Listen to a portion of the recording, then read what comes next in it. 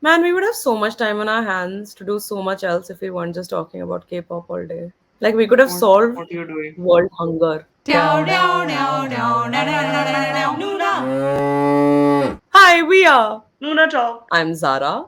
And I'm Sophia. And we are here with a very interesting, introspective, special episode, highly requested. But before we get into all of that, we are Noona Talk. We are here on YouTube where you can look at our faces. If you don't want to do that and just do the audio version, you can find us on across all podcasting platforms like Spotify, Amazon, so many more. So wherever you're listening, give us either 5 stars or a like depending on what platform you're on.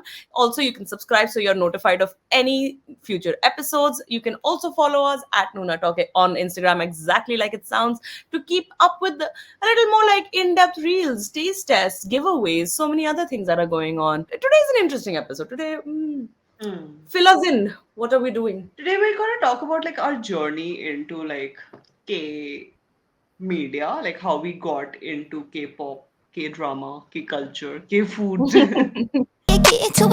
No, because Okay. you should kick us off So, because you pulled me in. so I feel like we all heard Gangnam Style, right? But I think my first memory of like actually something K-pop related was watching Rain on TV when he was cast in Ninja Assassin. And like I remember the actual video of the Rainism, like with the background of the green letters, and Mm. I was probably in like fourth class or something. I remember watching that, and then after that, I had like roommates who were interested, who would watch like K dramas. They were super into Boys Over Flowers, and I never really like cared or paid any attention to that. But I was like jobless and at home and just like on Netflix, and I ended up watching a C drama, which led me to this K drama called Hello My 20s, and I watched that, and that was my first ever K drama, which I loved, and it's still one of my favorite K dramas, although most people don't like it.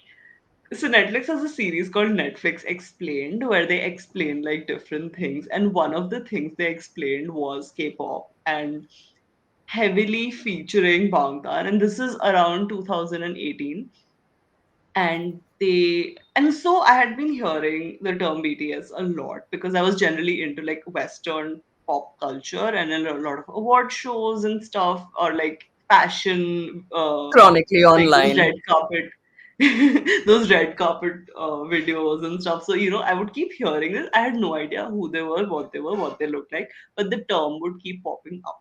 So I went online and I went on YouTube and I was like BTS, and it said blood, sweat, and tears, and I was like, intriguing. Let me click, and I clicked, and then Jimin looked at me, and I looked at him, and he showed me his shoulder, and I was like, sold. Okay, sign me up. And then I was just like, I spent like the next month just like going through every like in a month I was up to date army. Yeah, I think I had a very similar thing where, of course, I think we were alive and thriving during that era where everybody was watching Korean movies because they were the best horror movies that you could get your hands on. A lot of my friends, one of my friends in high school was a big fan and she used to listen to a lot. So I was aware, but I wasn't necessarily into it. By the time I think 2012, 2013 came along, I really got interested in EXO specifically. I remember Exodus being one of the first albums that I like sat down and listened to. Like El Dorado remains one of my favorite like EXO songs till now. Recent as 2017, couldn't I even have named all the members? Like I sort of knew Hmm. them, but I was really just here for the music and that was it. I was of course by that point working in media, so it was really difficult to ignore like who Bangtan were and what they were doing. But I really just never got into them until 2018. So basically, we were on a road trip in Kerala, and I was introduced involuntarily. I was exposed to the blood, sweat, and tears. And I was like freshly standing, and my friends were in the car, being like, "Oh, what is this thing you're into?" And I was like, "Oh my god, you gotta watch Jimin, guys!" And I like showed them. at that point, I did still know some names of the members. Like I knew Jungkook, I knew Jimin, but that was kind of it. Again, like I was impressed by the MV. It didn't suck me in. It wasn't until Hmm. 2019 when I was in New York and I was at the BT21 store buying things for Sophia. Ran into some armies who were like, "We will send you links," which was very sweet Oh. of them. And they did send me links. I watched some and I was like, "Oh, this is." more intriguing than I thought it would be. And within, I think, a couple of weeks of that happening, Halsey's song Sugar's Interlude dropped. And here we are. Yeah, there was no coming back from that. Like, I listened to that song on repeat for a week straight, made everybody who got into my car listen to it. There was no way of me not listening to it. In the winter of 2021, I ended up at work pitching and starting my own show, which was about K-pop and K-drama, like a weekly show that I did, which was a great experience, and it taught me so much more about what K-dramas were out there. And that was when I got into K-dramas.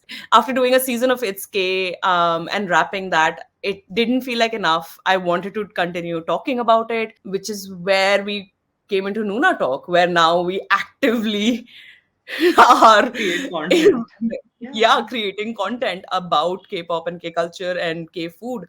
Yeah. I think we should do like a quick rapid fire of like our firsts and our favorites just to like get Okay. everyone up. What was the first K drama that you watched? So what's wrong with Secretary Kim? Mine was Hello My 20s. What was your most favorite K drama that you've watched up till now? Business Proposal, but like mainly because of Kim Min Kyu, not for story or anything. Okay, mine is Sky Castle. What is your favorite like reality show, like game show? Like maybe yeah, no, Run BTS. Like Run BTS saved my life during the pandemic. And what is the first Run BTS episode you ever watched? Do you remember? Yes, it's also one of my favorites. Is the Hangul Day episode. So my favorite is also Run BTS, but I also really like Bon Voyage. It's not a game show, but it is like a reality show. And Oh no, then to in the soup hi to hai.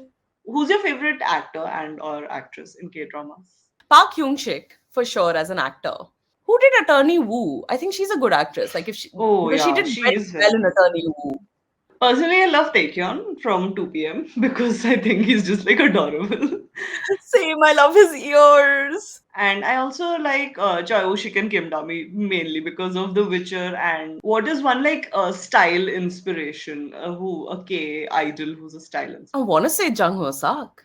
Like I own a little too many things that he has done. Like I have the petite. Like I went out searching for the Louis Vuitton Petite Mallet because I watched him wear it and it looked so good.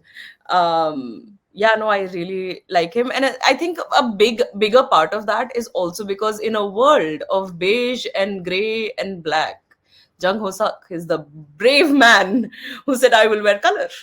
For me, I don't have a particular style inspiration, but I think being into K culture made me like into a lot more colors and a lot like different shapes of Hmm. clothing that I would usually not be into. And this is one thing we haven't talked about yet, but K food is what is your favorite K food top three go?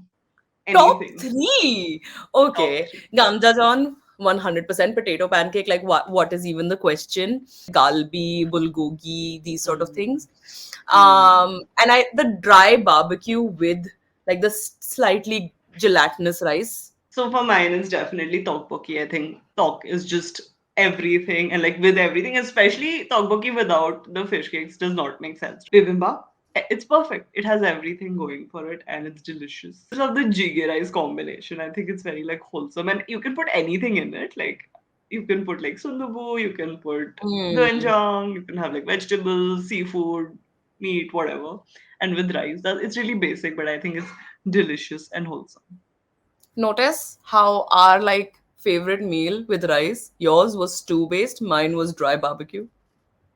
Yeah, But that we are was. going to do a more in-depth episode very dedicated to cave food, which is also an audience requested one, and I can't believe we've actually not done it. We eat so Mhm. much, why have we We have not a done lot it? of So looking reels forward to which you that. should check out on our Instagram where we recommend a lot of. Most of them are based in Delhi or one in Bombay, but One in you should Bangalore. definitely, yeah, you should definitely check out our Instagram to see more about cave food and just generally snacks because I think that's also a very important part of the cave food experience. Neither of us is a ramen. Interesting.